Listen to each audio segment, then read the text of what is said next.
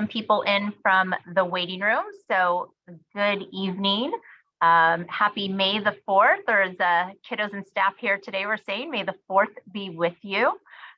Thanks for coming to our community gathering. We have some highlights and some fun information to share. So just reintroduce myself, Kim Kuklinski, principal here at Mesa. I'll hand it over to Dr. Ramirez. Hi, good afternoon, everybody. Like Ms. Kuklinski, I'd like to just extend a warm welcome to everybody. For those of you who I haven't met, although I think I know everybody here, but I'm Raul Ramirez. I'm the superintendent of Mesa Union. And as we get started, I also want to inform everybody of interpretation. Para aquellos de ustedes que necesiten interpretación al español, la señora Patricia Orozco está aquí con nosotros proveyendo ese servicio. Si gustan oprimir el icono en la barra que está debajo de la pantalla, pueden escuchar interpretación al español. Bienvenidos. All right, so I'm going to go ahead and share my screen and go through tonight's agenda. We're kind of a small group, so there'll be places for us to kind of break and have Q&A, and just feel free at that time to unmute and ask any questions you may have.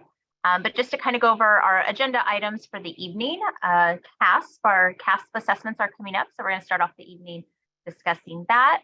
Moving on to attendance, the re-enrollment or online registration process that's going to take place over the summer.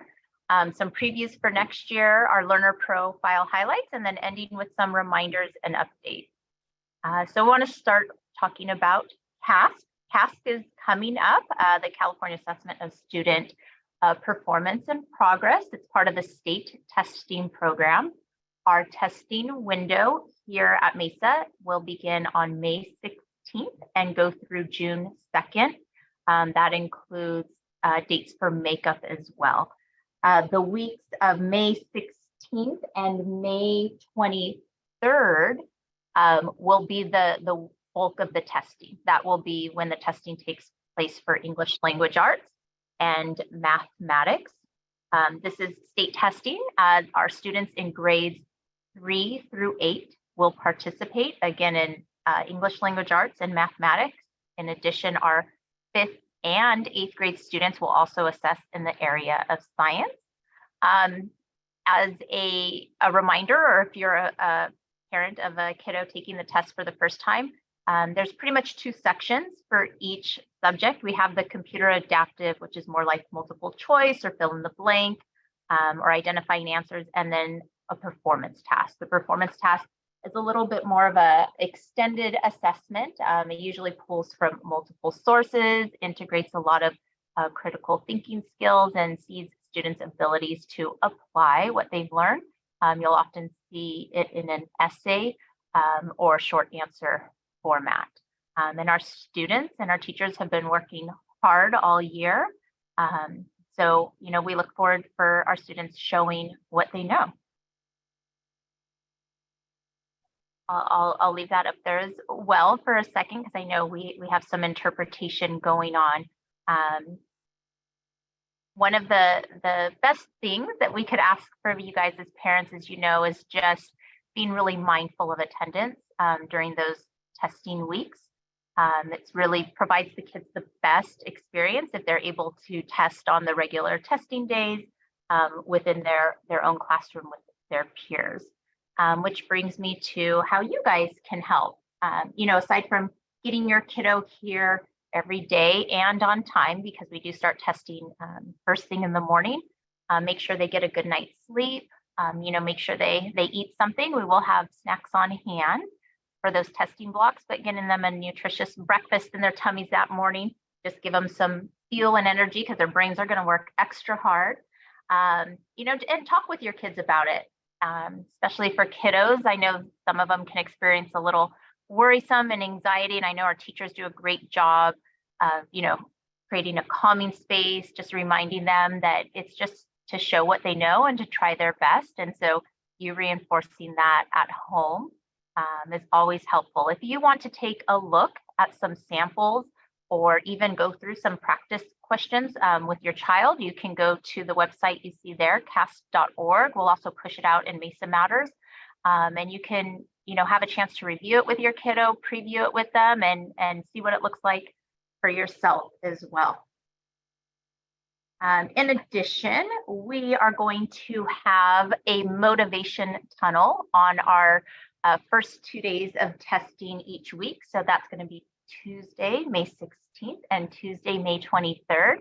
So mark your calendars. We would love to have you guys come be a part of our welcome motivational tunnel. It's just a great way to pump the kids up. We hold up encouraging signs, just show them all the love because they're going to work really hard, and we want to just start the morning off in a positive way for them. So even if you can, only be here for 5 minutes and hold up a sign and give some high fives, we'd love to have you be part of our welcome tunnel. Again, that's May 16th and May 23rd for our ELA and mathematics testing.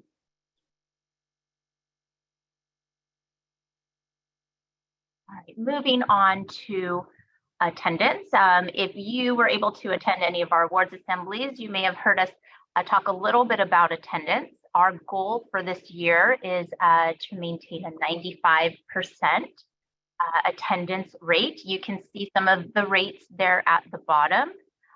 We continue to monitor individual students, continue to send out notices, hold meetings with parents, but huge thank you, families, for doing what you can while balancing health and safety, and getting your kiddos here every day, because it does make a difference having them here and learning, with their peers. One highlight is that we did have an increase in both March and April to our attendance rate. We increased to 94%. So we look forward to even more increase, now that we've kind of come over the slump of cold and flu season. Just looking forward to more students being here every day. Also, we are looking to revise our attendance policy. So that's currently in the works. When we put out our new student parent handbook for next school year, you'll be able to see the revised policy then. Again, keeping in mind, the health and welfare for our kiddos, but also balancing that with an emphasis on learning and engagement.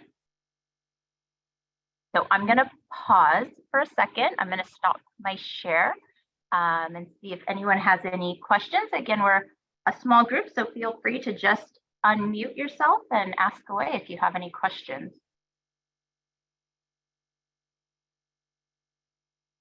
All right, I don't see any right now, so I'm going to keep going with our agenda, but we'll pause, throughout in case anyone has any questions or comments.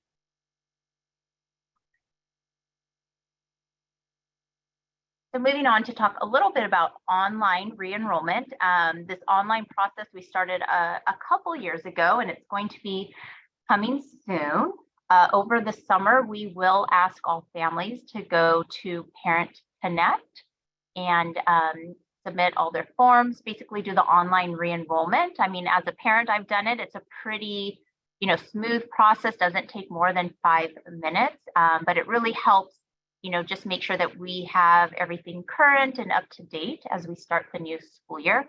So please keep checking Mesa Matters, check your Parent Square messages, because we will push that information out very soon to our families. It also will give you an opportunity that if there's any change in, address, phone number, any contact info, you'll have a chance to update it on the online re-enrollment as well. That was a short section, so I'll pause again and see if there's any questions. Oops, sorry, there we go. Any questions, any comments? All right. We are just going to move on through. So some exciting news. Let me reshare my screen here. Some exciting news in terms of the area of learning support. We have some new things coming for next year, and we're really excited about the support and the offerings it brings to our kiddos. So I'm going to pause and I'm going to turn it over to Dr. Ramirez. Thank you. So, we've been talking a whole lot about learning, about accelerating learning, about amplifying learning, and of course, about supporting learning in general. And we're very excited. Some of these things have been in the works now for quite a while, and I wanted to bring them forward. And I want to focus on three in particular. One, an exciting new piece to us at Mesa is that we will this coming year begin implementing in grades 5, 6, 7, and 8 our program. We'll be restarting our program around AVID, our AVID program. AVID stands, as you see on the screen, Advancement via Individual Determination. And what makes it exciting for us is that in a prior iteration of AVID at Mesa, it looked a little different. It was focused mainly on an elective. But this time around, all of our teachers in grades 5, 6, 7, and 8 have committed themselves to implementing and prioritizing AVID. And really, we're viewing it as an opportunity to really organize ourselves to continue to promote not only support for students, but really starting to promote even further the idea of college readiness and college awareness. I think that's really the big picture. We want our students to be prepared for the world of work. We want them to be prepared for the world of higher education. And AVID has many, many components. It has components of organization, components of literacy, components of, and then components that are specific to subject areas, science, math included. So we're very excited because I think this is going to be a tremendous opportunity for us to just help our students grow and also think critically and be able to demonstrate that in many new ways. So very excited about that. The other piece that I wanted to promote is that we are going to, or we're in the process of hiring a school counselor. That is incredible for us. We have not had a school counselor, and this will be a counselor dedicated to supporting our students, both academically and socially. And one of the big things is that it's going to center around middle school. We understand that families very early on, as early as elementary grades, but certainly by middle school, are already thinking about high school, what pathways may be available in high school, what may be beyond high school as far as college awareness and college acceptance. I know that starts early for many families, and we want to promote that. So our counselor will be working with grades all throughout, but we will be prioritizing that 5 and grade 6 through 8 as being a great opportunity to help meet with families and help increase that readiness for our students to be successful beyond their time at Mesa. So very excited about that, because I think that it's a position that has been very much needed, and we're very fortunate to be able to have an opportunity to bring someone aboard. So we'll be making that announcement soon, but that is something that's coming. And lastly, we are running a science pilot at this point. Wanted to just mention that, a science pilot for new science materials. And this is important for all grades, and I'll get to that in just a second. But specifically, it's running in middle school, and we are piloting 3 materials. And you see them there on the screen: Green Ninja, LabAIDs. Actually, the program is called SEPA, and piloting Amplify during this last part of the year. All that to mean that we are shoring up and improving our science instruction. We already have a very strong science program, and this is going to allow us to really fully meet the next generation science standards. And so this year it will be middle school science with a expansion into elementary, piloting at least in the coming year. We expect that this pilot will close by the end of the school year, and I think that's going to be a great launch for us. One last thing that I'll mention is just an appreciation for all of our staff who have come along with each one of these areas, our 5 through 8 teachers with Avid, and our science teachers, Mrs. Spillane and Mrs. Roberson in the middle school.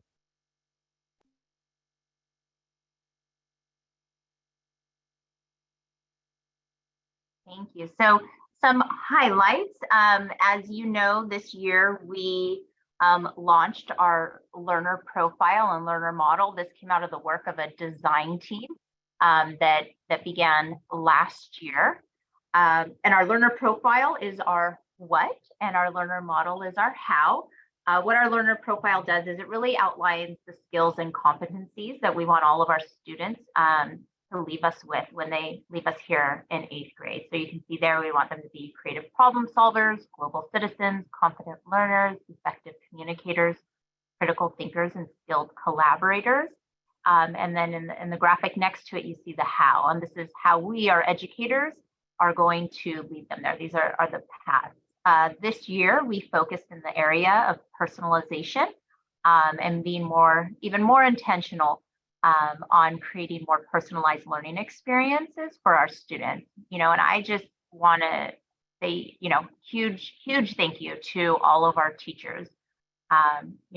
They're incredibly hardworking staff, and they jumped right in, collaborated with their team, across other teams, and just working at laying the foundation for this work so that, our kiddos have the best experience possible. So, they've been working incredibly hard, and it definitely shows in the classrooms and shows in what our students are producing. So, this next part is fun, and I'm really excited about it, but we have, some highlights. I mean, in our younger grades in the TK2 space, there's really been more intentionality about being targeted in the area of literacy and the area of writing, having our students collaborate together, having them find their own voice in writing. And here's just a few examples of what you might see in some of our lower grade classrooms. I mean, we have some of our youngest learners using rubrics and using that as a way to give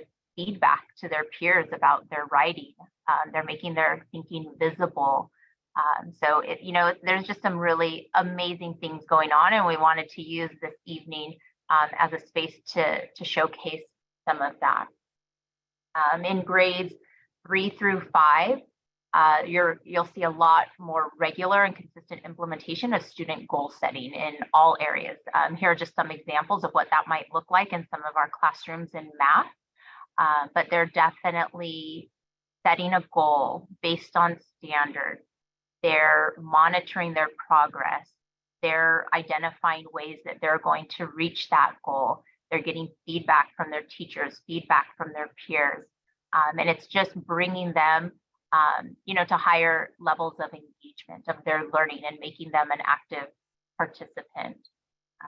As we look at our middle school and our older grades, you'll just see some examples of here, but our middle schoolers, they started out the year basically doing an inventory of skills. And you can see that jagged line there is just an example of a student's self-assessment of how they feel they are doing and certain skills such as, critical thinking and communication. You'll see below, they're actually writing out how they're going to work towards their goal, giving them a chance to be reflective in their own learning. Up there in the top corner, you'll see a sample from Mr. DiMaria's homeroom. Thank you, Mr. DiMaria. But basically, students identified, their areas of strength, some areas of growth, and not only making it visible to themselves, but using it as a talking point, across students and allowing them to collaborate as well.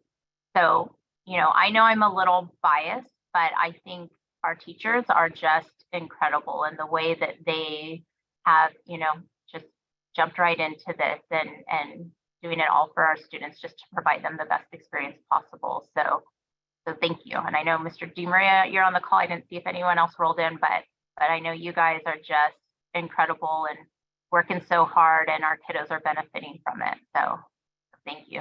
So it's Teacher Appreciation Week. So keep those appreciations coming in for them, because they're doing an amazing job with your kiddos.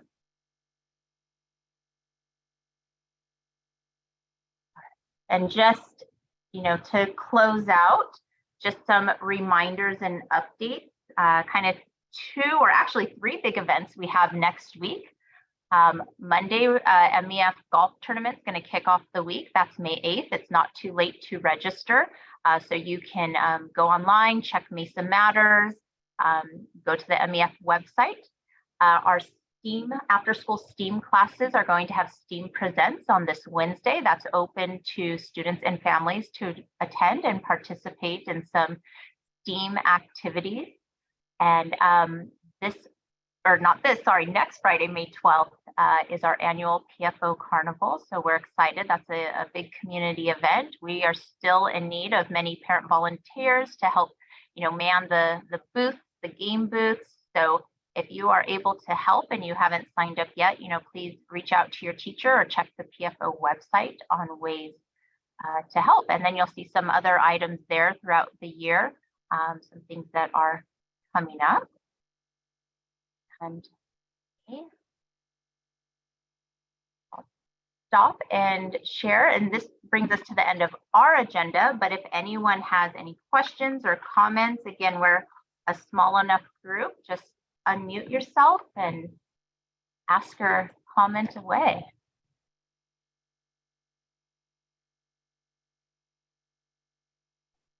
Don't see anyone unmuting or hands up. So, I know this is an especially busy time of year. I know there's lots of extracurricular things and sports and whatnot going on, and some of you might be in the car waiting for your kiddo to get out of practice or driving. So, thank you for making the time to be with us this evening. As we begin to round out the year, lots of things going on, lots of things to be excited about, and just very grateful for our teachers and our staff and parents, all that you do, in partnership with us to provide, best experience for your kiddos possible. So Dr. Ramirez, anything before we close out? Just to echo the sentiments, obviously this is Teacher Appreciation Week. We extend that out to our staff because we know our entire staff plays a part in supporting learning and in supporting teachers, and many of them are teachers in their own right. But I wanted to just share that appreciation and also encourage all of you to continue to stay tuned in, continue to help us make these activities, these events. And in particular, as we get to another place when it comes to demonstrating learning, demonstrating what kids can do, I think that's going to be something that will be ongoing for us. And we will continue to showcase that because it is about what students can accomplish when provided with the right support. So I just want to be incredibly appreciative of our staff that has worked so collaboratively to come together. And we do have a question. Katie, I see your hand up there. Hi, yes, thank you. Do you guys know when the STEAM applications for next year will be available? They'll be coming out later this month, and they'll be communicated through Mesa Matters. So keep checking Mesa Matters. Great, thank you. Thank you. Yeah, that's a really important question. And I know we, in meetings like this, it's impossible to get to everything. There are other opportunities that are certainly going to come around, and other events that are going to be a part of this, including, some of our activities. Mock trial is one of those that were a program that has developed really nicely. And there's going to be some updates coming through Mesa Matters soon around mock trial before the end of the year. So there's some exciting things happening across the board, and we're going to be continuing, or we will continue to promote those, push those out, and count on your support to make them come together. But we're very excited about the end of this year, and equally excited to anticipate a new year where we can continue to come together as a community and show our growth, and more importantly, your kids' growth over time. So with that, we're going to go ahead and bring our time to a close. Unless there are any other questions, we'll be here for the next couple of minutes, or just in case you want an offline question. But just again, very appreciative of your time, and thank you so much for your ongoing support. Thanks, everyone. Thank you. Thank you. Thank you.